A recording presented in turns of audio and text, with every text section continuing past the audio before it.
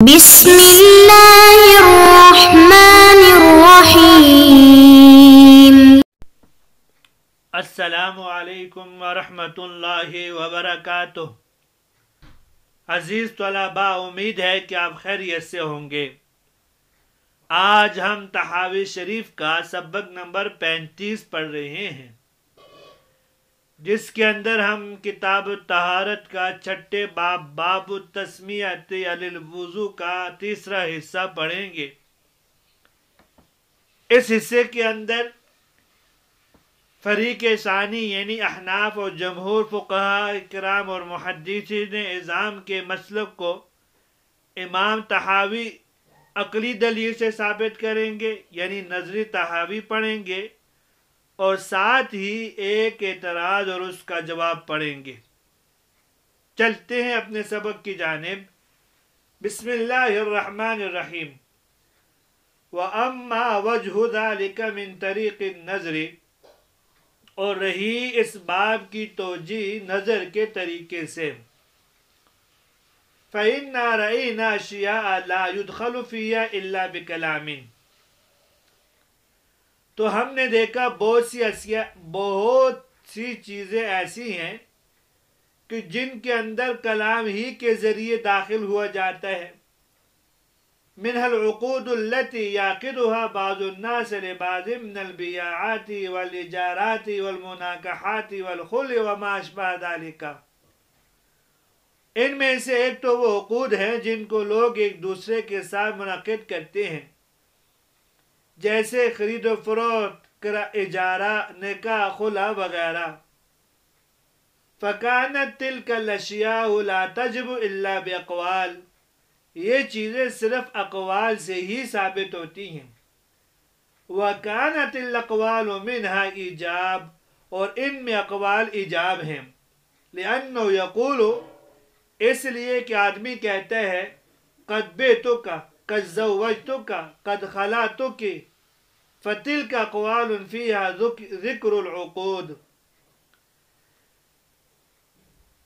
خود انسان کہتا ہے قَدْ بِعْتُكَ، میں نے یہ چیز بیچ دی، قَدْ زَوَّجْتُكِ، قَدْ خَلَعْتُكِ، فَتِلْكَ أَقْوَالٌ فِيهَا ذِكْرُ الْعُقُودِ، یہ تو اقوال ہیں جن میں عقود کا ذکر ہے۔ وَأَشْيَاءُ تَدْخُلُ فِيهَا بِأَقْوَالٍ، اور کچھ اور بھی چیزیں ہیں جن کو اقوال سے شروع کیا جاتا ہے۔ وَهِيَ الصَّلَاةُ وَالْحَجُّ، وہ نماز ہے، حج ہے۔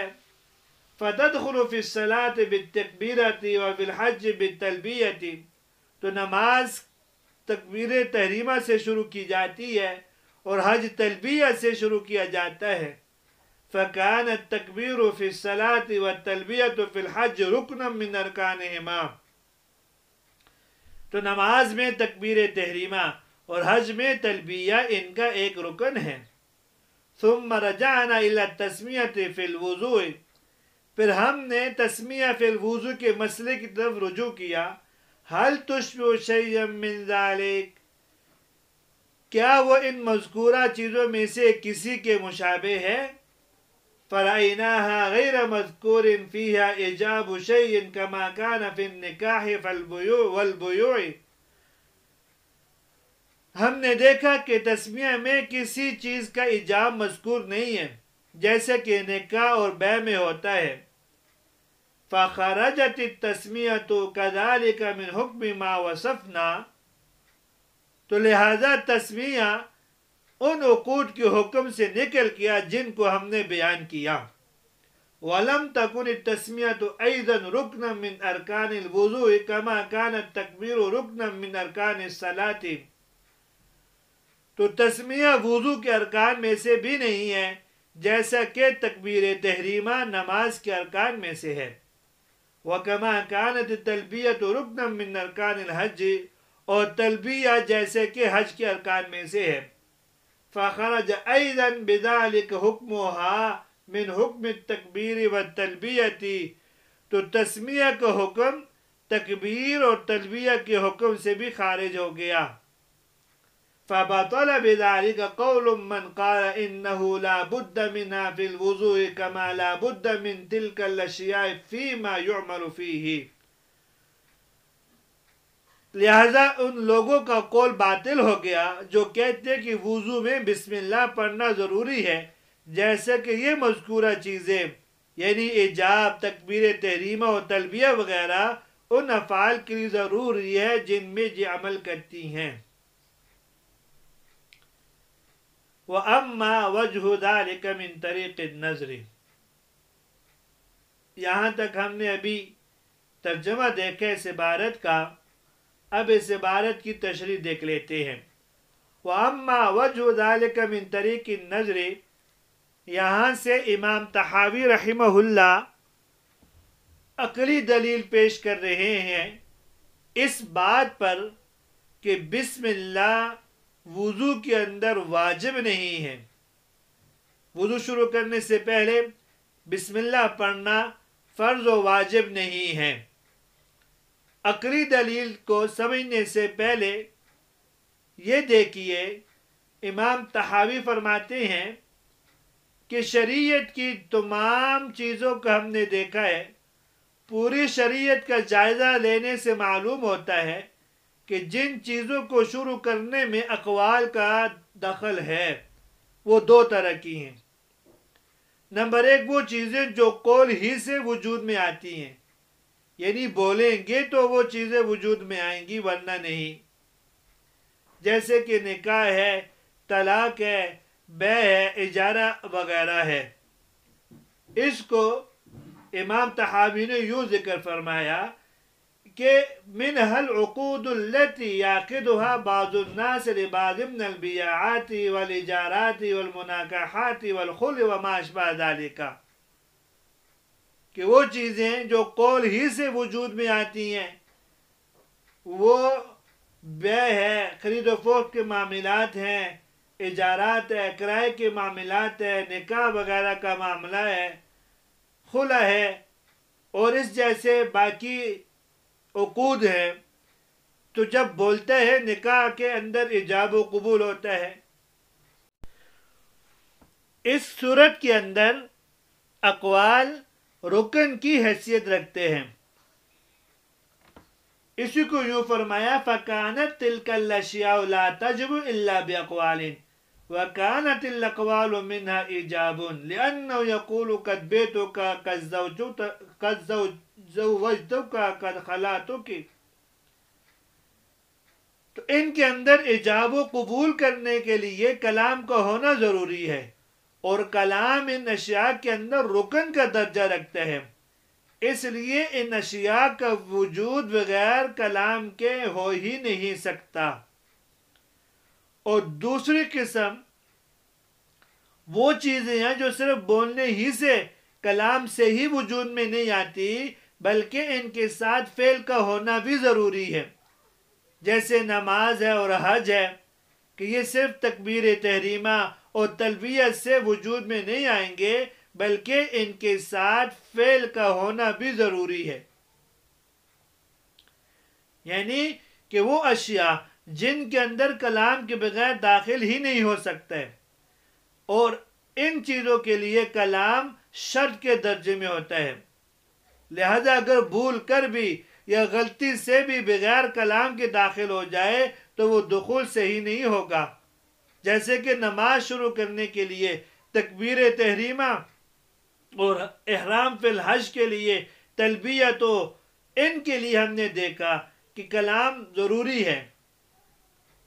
اسی کو صاحب کتاب رحمہ اللہ نے یوں ذکر فرمایا ہے وَأَشْيَاءَ تَدْخُلُ فِيهَا بِأَقْوَالٍ وَهِيَ الصَّلَاةُ وَالْحَجُّ فَتَدْخُلُ فِي الصَّلَاةِ بِالتَّكْبِيرَةِ وَفِي الْحَجِّ بِالتَّلْبِيَةِ، کہ بعض وہ اعمال ہیں جن کے جو کلام سے ہی شروع ہوتے ہیں، کلام ہی کے ذریعے ہم ان اشیاء کو شروع کر سکتے ہیں، جیسے حج اور نماز ہے، تو ان کے لیے تکبیر تحریمہ کہنا اور تلبیہ کرنا شرط اور رکن کے درجے میں ہے۔ تو خلاصہ یہ ہوا، شریعت کی جتنے بھی اشیاء ہیں ان کے لیے یا تو کلام رکن کے درجے میں ہوتا ہے یا شرط کے درجے میں ہوتا ہے۔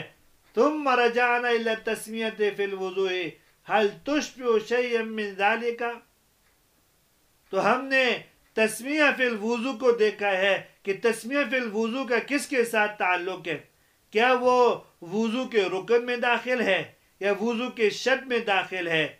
تو ہم نے دیکھا کہ تسمیہ فی الوضو نہ رکن وضو میں داخل ہے اور نہ شرائط وضو میں داخل ہے، لہذا وضو کے شروع میں بسم اللہ کو واجب کہنا درست نہیں ہو سکتا۔ اس کو یوں فرمایا کہ حل تشبہ شیئا من ذالک فرأیناها غیر مذکور فی ایجاب شیء کما کان فی النکاح والبیوع، تو ہم نے دیکھا کہ یہ کسی شے کے لیے رکن اور ایجاب نہیں ہے جیسے کہ نکاح اور بیوع میں ہوتا ہے۔ تو فخرجت التسمیۃ کذالک من حکم ما وصفنا، تو اس قسم یعنی پہلی قسم سے بسم اللہ نکل گئی، اور بسم اللہ وضو کے رکن میں سے ارکان میں سے نہیں ہے، جیسے کہ تکبیر تحریمہ اور تلبیہ، یا بسم اللہ وضو کی شرائط میں سے بھی نہیں ہے، جیسے کہ تکبیر تحریمہ اور تلبیہ حج کے لیے اور تکبیر تحریمہ نماز کے لیے۔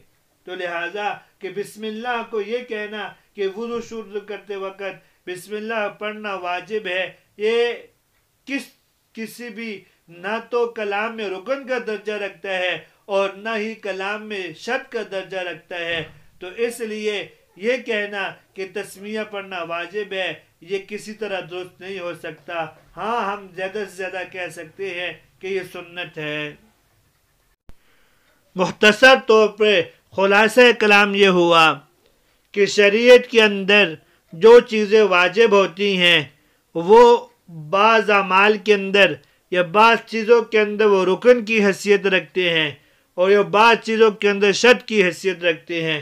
تو بسم اللہ نہ تو وضو کے اندر رکن کی حیثیت رکھتے ہیں اور نہ ہی بسم اللہ وضو کے لیے شرط ہے، تو لہٰذا اس کو واجب کہنا کیسے درست ہوگا؟